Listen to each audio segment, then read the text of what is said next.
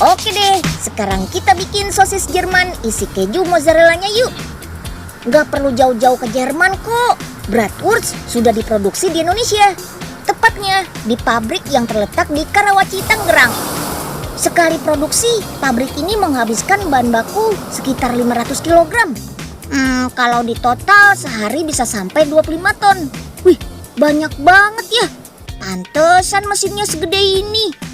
Proses pertama, kita campurkan dulu bahan-bahan bratwurstnya. Daging dan campuran bahan lain dimasukkan ke dalam mixer. Lalu tuang air es. Pemberian air es ini untuk menjaga suhu adonan tetap rendah.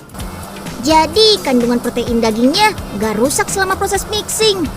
Setelah diaduk hingga kalis, lanjut kita masukkan bahan yang gak kalah penting, yaitu mozzarella. Wah, keju yang dipakai banyak juga ya. Sampai habis satu kotak besar. Sudah tercampur rata nih, kita lanjut ke proses filling. Adonan bratwurst ini dimasukkan ke dalam selongsong sosis.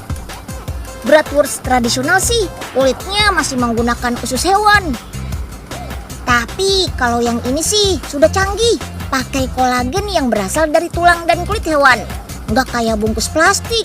Kolagen yang dijadikan kulit sosis ini bisa dimakan dan bagus untuk tubuh loh. Bermanfaat untuk menjaga kesehatan kulit, persendian, dan mencegah tulang kropos.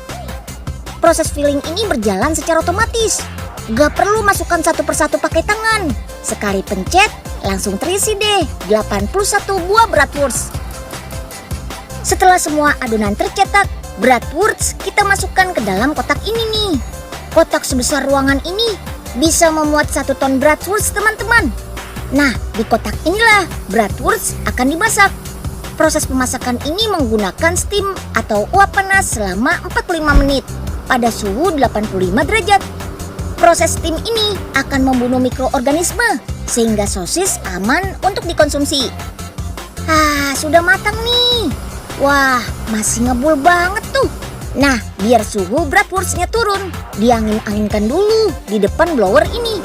Setelah 15 menit, suhu akan turun hingga sekitar 35 derajat. Let's go, kita ke proses cutting. Bratwurst yang masih panjang-panjang gini dipotong hingga berbentuk satuan. Tuh, mesinnya sudah canggih. Langsung keluar deh bratwurstnya. Lanjut ke proses packing. Metode packingnya dinamakan thermoforming dan vacuum sealing. Dengan bantuan panas, otomatis wadah bratwurst akan tercetak. Udara di dalamnya pun langsung tersedot biar kedap udara. Jadi bisa menghentikan pertumbuhan bakteri. Meski tanpa pengawet buatan, bratwurst mozzarella ini tahan hingga 6 bulan di suhu minus 20 derajat, teman-teman. Bratwurst mozzarella ini juga sebenarnya sudah matang kok.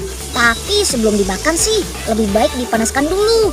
Beda kayak orang Indonesia yang sering memasak sosis dengan cara deep fry.